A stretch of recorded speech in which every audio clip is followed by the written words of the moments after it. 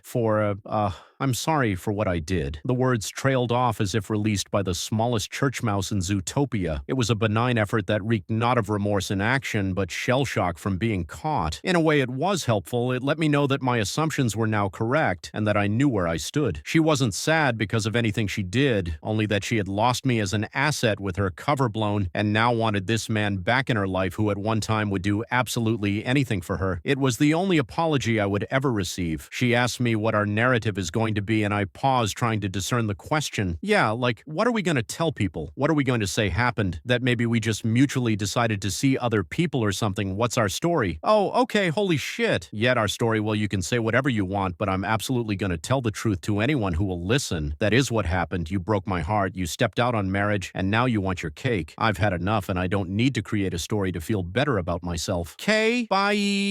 I turn and walk away, and as soon as I cross the street, a train comes ending our conversation. I immediately get in my car and text all her family about the end of the marriage and why I happened. No, for real, we're talking Wolverine claws. I felt good about shutting the door, knowing there was no healthy way to patch things up and realizing it wasn't a healthy relationship in the first place. As the divorce process took shape, other tragedies began to fall my way. I was hit with a full double-barrel shotgun right before D-Day about 3 months earlier when my WS was out on one of her trips for work or sexual affairs. Our house flooded on Super Bowl Sunday. I went to a friend's house and came home to find a half a foot of water in our garage. Supposedly, she was in Amsterdam where some field offices were, but when I called to tell her about the disaster, it sounded like she was right next door. Either way, she just starts yelling at me to fix it. Of course, that's what I'm doing. Had I been smart, I would have ran to Home Depot the last few minutes they were open and grabbed a sump pump to drain the driveway. Luckily, our garage was attached to a finished basement and was the lowest point on the property. However, water has totally invaded the garage and almost breached the step up to gain entry into the house. I call a friend who's a landscape architect and handy in kinds of ways. We fill sandbags until midnight, but record rain is thwarting us as we go. We've saved the property for a few minutes, but with record rainfall that year, it's about to crest through. We come up with an idea to siphon the water from the driveway into my basement utility room where the drain is. We grab 60-foot garden hoses and I start pulling with my lungs to draw the water over. It works. Besides getting a mouthful of groundwater, I get a nice steady stream flowing to the drain at gallons per minute. The driveway doesn't recede, but it doesn't overflow anymore. This gave me some time to bail calf-deep water around the house. Using a shop vac, I pull up about 5 gallons at a time and heave it over. We have one gutter leaking, and instead of going to the French drain, it's pouring into the driveway. I start filling a huge garbage can that has to be emptied every 3 hours, or it fills with rainwater. I'm soaked, I'm in the rain and water, and no sleep for 24 hours. When I do sleep, I set an alarm to get up and bail to make sure no damage happens. The next morning, I fly to Home Depot and grab an electric pump. It literally saves the day. This tiny $50 or less pump diverts over 3,000 gallons of water in an hour. In about 3 hours, it's completely moved the driveway down the street to run off. Yep, had nearly 9,000 gallons sitting on my driveway, calf to knee deep. The same day I go into work and see my landlord for the business. He runs a construction company, and I lament my tale. He immediately calls his disaster team and sends home free industrial dehumidifiers to soak up any water from the drywall in the structure. I leave these running for a couple days. Pump is still going in the driveway when my WS comes home. She starts to tell me that I was stressing her out with this situation and should have waited to tell her when she got back. Oh, okay, thought you'd want to know about possibly losing the house and almost causing $40,000 in potential damages. Then she proceeded to state that the pump in the driveway is like so embarrassing and that if I don't move it, she will. Mind you, it's still raining, still trying to flood the house, and my neighbors have even come over to offer help. I come home from a morning appointment and find the pump moved to the garage. What the freak? Eventually, I get the gutter repaired and it stops raining enough to let the water recede. About a week later on the nose, I come down with an awful flu I can't shake. On any regular spring Saturday, I start taking in movies and resting. Mid-afternoon, my chest starts to really hurt and won't subside despite over-the-counter medication. I mention to my WS what's going on and I think it's getting serious. Can't you take of yourself? Ugh. Well, I'm not driving you to the urgent care. I'll go with you, but I'm not driving. Fine. I'll drive myself to the hospital. Thanks for coming with me. That's so gracious of you, sweetie. I get to the ER at the hospital and get all checked in. When I arrive, they notice my oxygen has dipped a little bit, but nothing alarming. We wait for over 3 hours and my chest is pounding. It's getting hard to breathe. My ex refuses to ask anyone to see me, so I stumble to the front desk and almost fall over. They say they'll get to me and put me in a wheelchair. Finally, someone comes and takes more vitals, but don't really get to the root of the problem. I say I think I have pneumonia, my chest hurts, and I can't breathe. They downplay it and say probably not, but move me to a stretcher in an unoccupied room. I wait about another hour, and at this point I'm really confused and barely breathing. My ex is just staring at me with dagger eyes and totally unhelpful. I literally start yelling, "Help! Someone help me!" over and over again, much to this woman's chagrin. I don't care. I feel like I'm dying. I am dying. After about 3 to 5 minutes of this, someone comes in upset that I'm yelling, but then agrees to look me over. Turns out my oxygen has dropped to around 50%, which is life-threatening on its own, and my blood has nearly turned septic. I have bacterial pneumonia. I most likely developed it when I swallowed that bit of groundwater in my mouth, saving the house. She never thanked me. She actually said she deserved more than half of the house and should probably just take it all. After being put on all kinds of fluids, they gave me a morphine drip to help with the chest pains. With comfort, I go in and out of consciousness, and as I peer up from the stupor, I catch her gaze. This soulless human being looks back with eyes that wish I would have died right there. Life insurance would sure be a huge boon to this woman. We have million-dollar policies. It was then that I spotted it, the major red flag. I knew something was up, and even though I caught her accidentally, I started keeping records of things she'd say or people she'd say she was with. They didn't add up, and in my heart, I knew something was off. The icing on the cake was that the rounds of antibiotics I would take combined with the stress of the divorce, among other things, wiped out my gut bacteria. I would spend the next year finding out that I have small intestinal bacteria overgrowth, SIBO. Now back to the divorce in progress. I think that backstory is important because along with the previous conversations, it lays the groundwork to the events that would happen next. In brief detail, I'll enumerate them here for context. After our meeting where I was given the weakest attempt at an apology in the history of language, and I told her family about the affair, my ex set a few things in motion. First, she made a point to tell people who were acquaintances in her immediate family that I was a deadbeat, a non-contributor to the relationship emotionally and financially. She had said she always wanted kids and that I didn't, and that she was scared because I was borderline abusive. Because of this, I still either explain the situation or cut people out of my life who won't listen to my side of the story. The truth is the opposite, of course. She maintained for decades that she never wanted children, and any time I brought it up, created a major fight. Her family took her side, of course, and I lost relationships that I thought were my family in the last 20 years. Nope, just went total no contact. Luckily, most of our friends who really knew us abandoned her and realized what she was doing. Once my ex heard about my gut bacteria and all my medical troubles, she called to say that we should be friends and that she would make sure I stayed on our insurance through her work. She asked to meet up again, and I declined mind, knowing she wanted to rekindle the feels. As soon as I hung up, she began forging documents and turned in a letter of legal separation to HR to ban me from insurance. Rapidly, I found out at various doctor's appointments something was wrong with my coverage. All they would tell me is the policy was canceled. I did my best to get Cobra insurance, but they could never activate it even though I was willing to fork over the $800 a month. It was a nightmare paying out of pocket and calling back and forth. I would call my ex and she would lament that she had no idea what was going on. Eventually, I got the right person at HR and they told me they couldn't set up Cobra because they were looking for the judge who signed the legal separation documents my ex submitted. Appalled, further devastated, I asked them to define exactly what they meant. My ex had forged a court document, signed a false name where the judge's credentials would go, and submitted it to HR to illegally remove me from insurance pre-divorce. I exclaimed that they'd never find the judge and what they were holding was fraudulent. We had never been in court together or filed any legal document of separation. OMG, HR panicked like you've never seen and retroactively gave me back my insurance for all the time lost. That's also why I couldn't get the Cobra insurance, because they were waiting for this imaginary judge to confirm the legality of it all. I texted my ex furious that she'd better call HR and hasten the process, and she played dumb. Well, we are separated. I just don't want to do anything illegal. Such BS. We'd meet a week later and she'd hand me Cobra documents in my lawyer's office to feign offering help after the fact. She sold the house. Good for her. Except she sold it out from under me. She signed my name on all the documents and never even gave me final amount. I had to find out through my lawyer and the discovery process. Yeah, that hurt too. She tried to attack my business and only left it alone because I said I'd go after her 401k. In hindsight, I wish I would have. Her retirement fund was basically our retirement fund, and there were conversations like I'd buy all the groceries because she was making contributions to our future. Being self-employed, my job didn't have that feature. While I was saving for retirement, it wasn't the matched account she had the privilege of building. She was totally ready to devastate my business too, but fortunately for me, she was too cheap to hire a lawyer, and mine protected my assets and let her know that any judge would let me keep it and take her 401k if I wanted it. To this day, she has continued to tell people I never wanted kids, and my poor mother just tears up at that fact because she knows it was the other way around. In further attempt to prove her ridiculous narrative, she is now pregnant with the AP's kid. That's right, they're still together even though she told me they had separated when we did. Turns out she waited about 6 months and then introduced this guy to the family as the new beau. He's an improv comic hobbyist, .dlll, but he works a day job and that's where they met through her work. I found all this out because one of his friends FB Cyber stalked me and just sent me the nicest message saying he was sorry about everything and that they're both disgusting people. This April, yes, 2 years later, I see these weird charges from the IRS to the tune of $12,000 go through my bank account. The numbers don't make sense, and I call the bank and my accountant. You guessed it, my dearly departed ex used my checking account to pay off her taxes. Oopsies. I give her 24 hours to return the funds or I'm claiming fraudulent charges. In hindsight, I wish I would have and let the IRS penalize her into oblivion for it. We texted back and forth. She won't apologize for it, of course, and asks why I'm so upset. That gets really stupid, and I finally declare that I know who the AP is and maybe his friends shouldn't contact me online. She doesn't say anything about this situation, and the only response I ever receive is, "Who have you been talking to?" All this, and there's light at the end of the tunnel. Besides this person I cared deeply about at one point in my life, trying to invoke wrath and scorn to the limits of human tolerance, I'm here today to tell you I made it. Not only did I survive all this because I'm a champ, but I'm better off for it. The most obvious thing is you, the Redditor, are probably as sick and disgusted with this lady as I am. Human beings like this shouldn't be alive, and they certainly shouldn't bear children. This journey became so much more than that, and has vaulted me to a new level of growth I am ecstatic about. Shortly after beginning therapy, I discovered that I am a fixer. I grew up in a home where I was devalued, and my spouse fit right into that mold like a jigsaw piece. It felt like home, all her unquenchable demands and hoops to jump through. I was always shifting myself and trying to be the person I thought would make her happy while never being true to myself. Clearly, that strategy didn't work and set me up for failure laid out here. Because I was donating love without ever having concern for receiving it in return, one of the toughest lessons I had to walk through was dividing my ex from my own self-worth. Someone else here recently made a post and it clicked for me. I had loved her for so long and so truly that I had prescribed a certain amount of my own self-worth from our relationship. When that was severed, I unknowingly felt like my value had diminished, that I needed to prove myself to my ex, or somehow I was worth more when she was with me. What a tragic statement, and I couldn't even put my finger on that until recently. Not knowing myself, I never learned to be comfortable in my wants, goals, and desires. desires. I never learned to be comfortable in my accomplishments and my missteps. Late to this party, I never learned what my value to others could possibly be and just buried it all under the guise of trying to be good enough for others to like me. I was always outgoing and socially fun, but it didn't come from the right place. Now I can see the red flags in people. I understand what I bring to the table and what I want in this world. In the past year, I have grown so much in all these regards. I've discovered who my true friends and family are, and I'm beyond words with how much I appreciate them in my life. I met someone, a fine woman who has her priorities in the right place. We love each other in a full reciprocated way. She shares my accomplishments with pride and shoulders the burden of obstacles together. She treats those around her, including me, with empathy and kindness on a foundation of strong resolve under these values. I feel truly blessed to know her and continue life's adventure with this young, passionate woman. We recently bought a camper van and for my 40th birthday are taking a cross-country road trip. It's all I could ask for and more because it's filled with nuance that I would be incapable of knowing to ask for in my previous relationship. I could leave a rant as long as this mini-novel here on all the simple and beautiful gestures she has bestowed on me. In the past year, my business has grown by leaps and bounds. I'm free to make decisions about it without fear of shame or scorn from my partner. I'm also able to take pride in what I've created, and I can work on it as ardently as I want, or take a break and let my staff handle the day-to-day if I choose. It's a great place to be, and far better than it really was a few years ago when I thought I was in a happy marriage. For the first time in 30 years, I'm about to celebrate and enjoy my own birthday. It seems so small when I write it out, but it's a major milestone for me to accept who I am and be content in that. If you read all this, bless your heart and curiosity and the support you're giving in allowing me to share this openly and freely. I'm not sure if this post will help anyone, but it helped me in the cathartic process of shedding the betrayal caused by a human monster.